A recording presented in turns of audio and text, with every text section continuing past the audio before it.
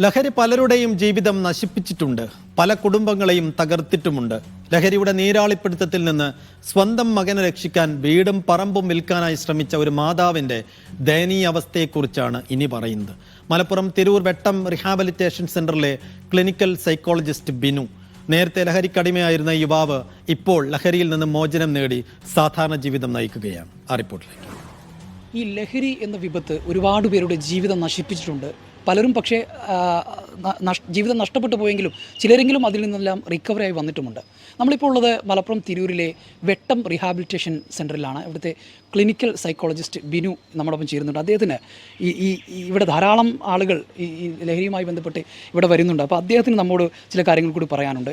ഈ ലഹരിയുമായി ബന്ധപ്പെട്ട് ഏറ്റവും താങ്കൾക്ക് അനുഭവപ്പെട്ട ഒരു അനുഭവം എന്താണ് പറയാനുള്ളത്? ലഹരി വിമോചന ചികിത്സയുമായിട്ട് ബന്ധപ്പെട്ട് ദിവസവും ഒരുപാട് അനുഭവങ്ങളാണ്. ഒരുപാട് ആളുകളുടെ ജീവിതത്തിലെ ദുരന്ത കഥകൾ നമ്മൾ കേൾക്കുന്നുണ്ട്. അതേസമയം നമുക്ക് ഈ ചികിത്സ കഴിഞ്ഞു പോയ ആളുകളുടെ ജീവിതത്തിലുണ്ടായിട്ടുള്ള ഒരുപാട് സന്തോഷകരമായിട്ടുള്ള അനുഭവങ്ങൾ നമുക്കുണ്ട്. എന്തായാലും ഇന്ന് ഞാൻ നിങ്ങൾക്ക് വേണ്ടിയിട്ട് എൻ്റെ ഈ ലഹരി വിമോചന ചികിത്സ ഉണ്ടായിട്ടുള്ള ഒരു ഫാമിലിയുടെ അവസ്ഥ ഞാൻ പറഞ്ഞുതരാം. എനിക്ക് കുറച്ച് നാളുകൾക്ക് മുന്നേ കാസർഗോഡ് ജില്ലയിൽ നിന്ന് ഒരു ഉമ്മ അവരുടെ മകനെ ഇവിടെ ചികിത്സിക്കാനായിട്ട് അഡ്മിറ്റായി. ആ ഉമ്മയുടെ ഭർത്താവ് മരിച്ചിട്ട് ഒരു 10 വർഷമായിട്ടുണ്ട്. ആ സമയത്ത് ഇവർ ചെറിയ കുട്ടികളായിരുന്നു. ഒരു മകനും ഒരു മകളുമാണ് ഉണ്ടായിരുന്നത്. ആ മകനെയും ഉമ്മ പഠിപ്പിച്ചു. അവൾ വിദ്യാഭ്യാസം പൂർത്തിയായതിനു ശേഷം നാട്ടുകാരുടെയും പള്ളി കമ്മിറ്റിയുടെ ഒക്കെ സഹായത്തോടുകൂടി വിവാഹം കഴിച്ചു പോയി. നല്ല ഒരുവിധം കുഴപ്പമില്ലാതെ ജീവിക്കുന്നു. മകൻ +1 പഠിക്കുന്ന സമയം മുതൽ ലഹരികൾ ഉപയോഗിച്ച് തുടങ്ങി. ആദ്യം ഹാൻസും സിഗരറ്റും അങ്ങനെയുള്ള സാധനങ്ങളും, പിന്നെ കഞ്ചാവിലേക്ക് എത്തി. അത് കഴിഞ്ഞിട്ട് അവൻ MDMA രാസലഹരികൾ ഉപയോഗിക്കുന്ന അവസ്ഥയിലേക്ക് എത്തി.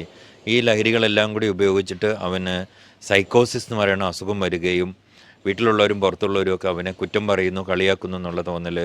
ആൾക്കാർ അവനെ ഫോളോ ചെയ്ത് വരുന്നുണ്ട്, അവൻ്റെ ഫോൺ ഹാക്ക് ചെയ്യണമെന്നുള്ള ചിന്തകളൊക്കെ വന്നു. എന്നിട്ട് അവന് ഉറക്കമില്ലാതായി. ആ സംശയങ്ങളിൽ അവൻ്റെ ഉമ്മയും ശത്രുക്കളുടെ കൂടെ നിൽക്കുന്നു എന്നുള്ള ഒരു ചിന്ത കാരണം അവൻ ഉമ്മേനെ ആക്രമിക്കുകയും വീട്ടിലുള്ള ഫർണിച്ചറുകളൊക്കെ അവന് തല്ലിപ്പൊളിച്ചിട്ട് തീയിടുകയൊക്കെ ചെയ്തു. അങ്ങനെയുള്ള സമയത്ത് നാട്ടുകാരോ പോലീസിനെ വിളിക്കുക, അവനെ പോലീസ് അറസ്റ്റ് ചെയ്തു പോവുകയും ചെയ്തു. 2 ദിവസം കഴിഞ്ഞപ്പോഴത്തേക്ക് ഉമ്മ സഹതാപം തോന്നിയിട്ട് അവനെ പോയിട്ട് ജാമ്യത്തിൽ ഇറക്കുകയും അത് കഴിഞ്ഞിട്ട് ആരോ പറഞ്ഞതിന് അടിസ്ഥാനത്തിൽ ഇവിടെ ചികിത്സയ്ക്ക് കൊണ്ടുവരികയും ചെയ്തു. ചികിത്സയ്ക്ക് കൊണ്ടുവന്ന സമയത്ത് ഉമ്മ, ഇപ്പോൾ ഞങ്ങളുടെ കയ്യിൽ പൈസയൊന്നുമില്ല, പിന്നീട് ഞാൻ കൊണ്ടുവന്ന് അടയ്ക്കാമെന്ന് പറഞ്ഞു പോയി. കുറച്ച് ദിവസം കഴിഞ്ഞിട്ട് നമുക്ക് സാധാരണ അഡ്മിറ്റ് ആവുന്ന രോഗികൾക്ക് നമ്മളിവിടുന്ന് ചികിത്സ കൊടുക്കുന്നതിനൊപ്പം ഫാമിലിക്കുള്ള കൗൺസിലിംഗ് ഉണ്ടാവും. അപ്പോൾ ആ ഫാമിലി കൗൺസിലിങ്ങിന് വേണ്ടി അഡ്മിറ്റാക്കി 2 ആഴ്ച കഴിഞ്ഞപ്പോഴത്തേക്ക് അവരെ വിളിച്ചപ്പോഴത്തേക്ക് അവർ ആ ക്ലാസ്സിൽ അവരെ ജീവിതാനുഭവം തുറന്നു പറഞ്ഞു. ഞാൻ എൻ്റെ ഭർത്താവ് മരിച്ചതിന് ശേഷം അടുത്ത വീടുകളിൽ ജോലി ചെയ്തിട്ട് അവിടെ നിന്ന് കിട്ടുന്ന പൈസ കൊണ്ടാണ് മക്കളെ വളർത്തിയത്. ഇപ്പോൾ മകൻ ഇങ്ങനെ ആയിപ്പോയി. അപ്പോൾ മകനെ എന്തായാലും ചികിത്സിച്ച് രക്ഷപ്പെടുത്തണം. അപ്പോൾ അവനെ ചികിത്സിക്കാൻ വേണ്ടിയിട്ട് ഞാൻ എൻ്റെ നിലവിലുള്ള വീട്, മകനെ ഇവിടെ അഡ്മിറ്റാക്കി പോയതിന് ശേഷം എൻ്റെ വീടും സ്ഥലവും വിൽക്കാനുള്ള തീരുമാനമാണ്. അത് വിൽക്കാനുള്ള പൈസ അഡ്വാൻസ് വാങ്ങിയിട്ട് എൻ്റെ ബാഗിലുണ്ട്. ആ പൈസ ഇവിടെ അടയ്ക്കും. അത് തീരുന്നത് വരെ ഞാൻ അവനെ ചികിത്സിക്കുമെന്ന് ഉമ്മ അവിടെ നിന്ന് പ്രഖ്യാപിക്കുകയുണ്ടായി. അപ്പോൾ അതിൽ നിന്നും പക്ഷേ ആ ഉമ്മ എങ്ങനെയെങ്കിലും തൻ്റെ മകനെ ലഹരിയിൽ നിന്ന് രക്ഷപ്പെടുത്തിയെടുക്കണമെന്നുള്ള ആഗ്രഹം കൊണ്ടായിരിക്കാം സ്വന്തം വീടും സ്ഥലവും വിറ്റിട്ടാണെങ്കിലും അവനെ ചികിത്സിക്കാൻ തയ്യാറായത്. എന്തായാലും ആ കുട്ടി ഒരു 2 മാസത്തെ ചികിത്സ പൂർത്തിയാക്കി പുറത്തിറങ്ങി.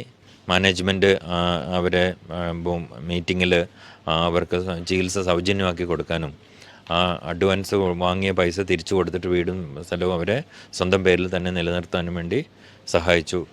ആ കുട്ടി ഇവിടുന്ന് ഇറങ്ങി ചികിത്സ കഴിഞ്ഞ് ഇപ്പം വളരെ നല്ല രീതിയിൽ ജീവിച്ചു പോകുന്നുണ്ട്. അമ്മയും മകനും ചേർന്നിട്ട് ഒരു കച്ചവടം തുടങ്ങിയത് സക്സസ്ഫുള്ളായിട്ട് മുന്നോട്ട് കൊണ്ടുപോകുന്നുണ്ട്.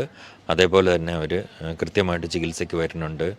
ട്രീറ്റ്മെൻറ്റിനോട് എല്ലാ വിധത്തിലും അവൻ സഹകരിക്കുകയും ചെയ്യുന്നുണ്ട്. ഇപ്പോൾ പൂർണ്ണമായി ലഹരിയിൽ നിന്ന് മുക്തമായി പുള്ളിയല്ലേ? ഇപ്പം നിലവിൽ അവൻ 6 മാസത്തിലധികമായിട്ട് യാതൊരു ലഹരി ഉപയോഗിക്കാതെ, ആ മാനസിക രോഗത്തിൻ്റെ ലക്ഷണങ്ങളൊന്നും കാണിക്കാതെ സക്സസ്ഫുള്ളായിട്ട് കഴിഞ്ഞു പോകുന്നുണ്ട്. തീർച്ചയായിട്ടും ഏത് വലിയ ലഹരിയാണെങ്കിലും അതിൽ നിന്ന് മുക്തി നേടാമെന്ന് തന്നെയാണ് ഇത് വ്യക്തമാക്കുന്നത്. കാരണം ആ ഉമ്മയുടെ ഒരേ ഒരു മകൻ, പക്ഷേ അവൻ വലിയ തരത്തിലുള്ള ലഹരിയിലേക്ക് പോയെങ്കിലും ആ ഉമ്മയുടെ നിശ്ചയദാർഢ്യം അവനെ എങ്ങനെയെങ്കിലും തിരിച്ചു കൊണ്ടുവരണമെന്നായിരുന്നു. അത് ഈ വെട്ടം റീഹാബിലിറ്റേഷൻ സെൻറ്ററിൽ എത്തിക്കുകയും പിന്നീട് അവൻ തിരിച്ചു വരികയും ചെയ്തു. ഇന്നിപ്പോൾ ആ ഉമ്മയും മകനും സുഖമായി ജീവിക്കുകയും ചെയ്യുന്നുള്ളതാണ് അദ്ദേഹം പറയുന്നത്. തിരൂരിൽ നിന്ന് ജംഷീർ കൊടിഞ്ഞി, മീഡിയ.